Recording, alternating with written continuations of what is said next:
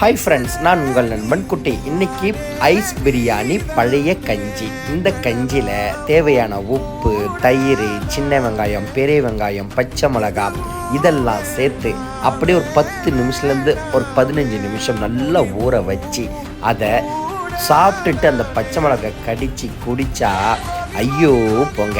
அந்த காலத்தில் நோய் நொடி எந்த ஒரு உடம்புக்கு கெடுதல் இல்லாமல் இந்த மாதிரி பழைய கஞ்சி கூழ் குடித்து தான் நல்லா வாழ்ந்திருக்காங்க. முக்கியமாக இந்த சாதம் நைட்டு தண்ணி ஊற்றி 8லேருந்து 10 மணி நேரம் ஊறி அந்த புளிப்போட குடிக்கும்போது உடம்புக்கு அவ்வளோ நல்லது. அது மட்டும் இல்லாமல் பசும் பாலில் நம்ம வீட்டிலே தயிரை போட்டு அதில் ஊற்றி சாப்பிட்டா தான் அனைத்து சத்து கிடைக்கும். இந்த மாதிரி கஞ்சி குடிக்கும் போது 100 வருஷம் வாழலாம். ஆனால் நம்ம கூட இருக்கிறவங்க நம்பிக்கை துரோகம் பண்ணாமல் வாழ்ந்தால் இன்னும் 200 வருஷம் கூட வாழலாம். மிக்க நன்றி.